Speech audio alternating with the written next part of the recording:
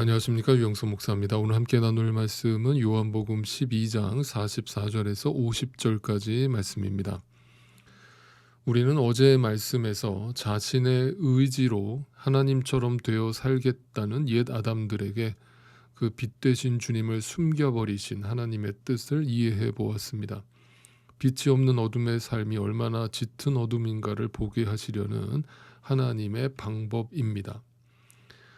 즉 예수를 믿는다는 것은 예수를 쫓는다는 뜻이고, 그것은 자기를 부인하고 십자가를 지고 예수를 따른다는 뜻이기 때문에 예수님의 삶 자체가 자기 부인의 삶임을 알고 날마다 자신을 십자가에 죽이며 사는 것이 우리 믿는 자들의 삶인 것입니다. 그것이 믿는 것입니다. 오늘 본문에서 예수님은 어둠 속에서 자기 영광에 취해 살고 있는 우리들에게 계속해서 이렇게 경고하십니다. 어떤 사람이 내 말을 듣고서 그것을 지키지 않는다 하더라도 나는 그를 심판하지 아니한다. 나는 세상을 심판하러 온 것이 아니라 구원하러 왔다. 나를 배척하고 내 말을 받아들이지 않는 사람을 심판하시는 분이 따로 계시다. 내가 말한 바로 이 말이 마지막 날에 그를 심판할 것이다. 어떤 사람이 예수님의 말씀을 듣고 지키지 않는다라고 해도 예수님은 그를 심판하지 않겠다. 다시 말하면 예수님이 심판하시는 것이 아니라 예수님은 하나님 아버지의 뜻을 따를 뿐이죠. 그러니까 하나님 아버지께서 그를 심판하실 것이다라는 얘기를 하고 계십니다. 여러분, 예수님은 아주 분명히 말씀하시죠. 하나님은 우리에게 지옥을 만들어 놓고 우리를 지옥 보내지 못해서 안달나신 그런 하나님이 아니시라는 거죠. 예수님은 우리를 심판하는 것이 목적이 아니라 구원하는 것이 목적이라고 분명히 말씀하십니다.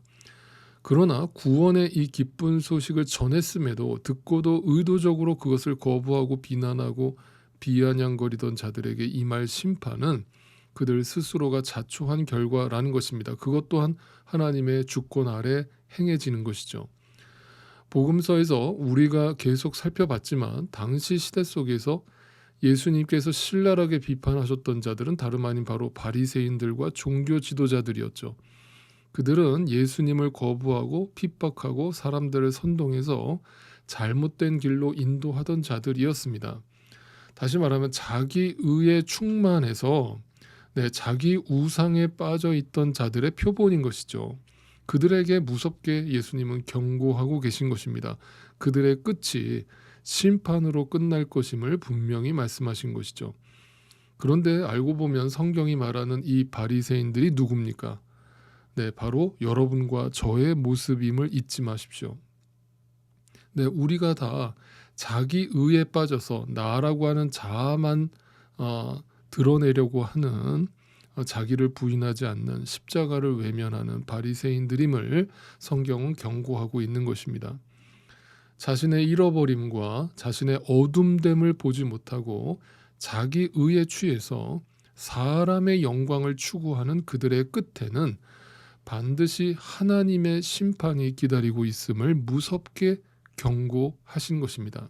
우리는 이미 누가복음에서 부자와 나사로의 이야기를 통해서 그 부자가 단지 돈이 많은 사람이 아니라 바로 자기 의에 충만한 당시 시대 속에서는 바리새인들과 종교 지도자들을 의미하고 있었음을 우리는 이미 배웠습니다. 바로 그것을 주님께서 경고하고 계신 것이죠. 그리고 50절이 이렇게 마무리가 됩니다. 나는, 예수님이죠. 나는 그의 명령이 영생인 줄 안다. 그의 명령은 누구예요? 아버지 하나님의 명령이에요. 그러므로 나는 무엇이든지 어떤 것이든지 모든 것을 말하는 거죠. 아버지께서 나에게 말씀하여 주신 대로 말할 뿐이다. 순종할 뿐이다. 나는 아버지의 뜻대로 살았다라고 선언하십니다. 잘 보십시오.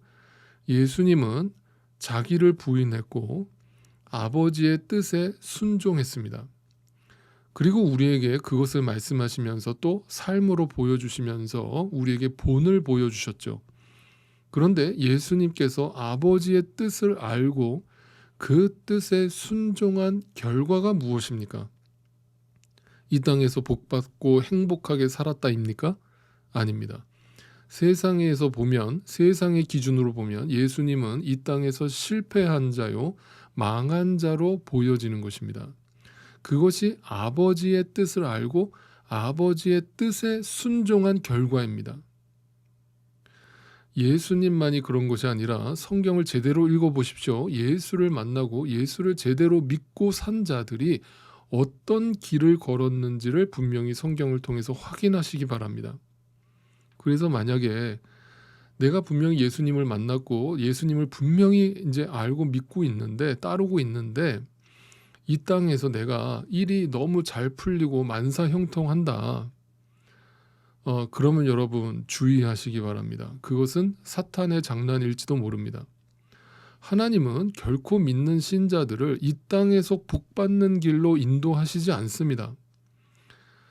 하나님께서 우리에게 먹을 것과 입을 것을 공급해 주시는 것은 당연한 일이지만 하나님이 이 땅에 취해서 살도록 우리를 내버려 두시지 않는다는 거예요. 왜냐하면 여러분과 저는, 이 연약한 인간은 이 땅의 복에 금방 한눈을 팔고 취해버리는 존재들이기 때문입니다. 여러분, 우리나라를 한번 떠올려 보십시오. 한국 전쟁 이후에 폐허가 된 우리나라에 교회가 세워지고 그 교회에 사람들이 몰려와서 날마다 새벽마다 주님을 부르짖던 시절이 있었습니다. 물론 그것이 기복적인 신앙이었다 하더라도 그들은 그 절망 속에서 주님을 바라봤던 것이죠. 그런데 오히려 하나님의 축복을 받았다라고 말하는 이 경제 대부흥을 경험하고 나니까 과연 사람들이 교회를 찾습니까?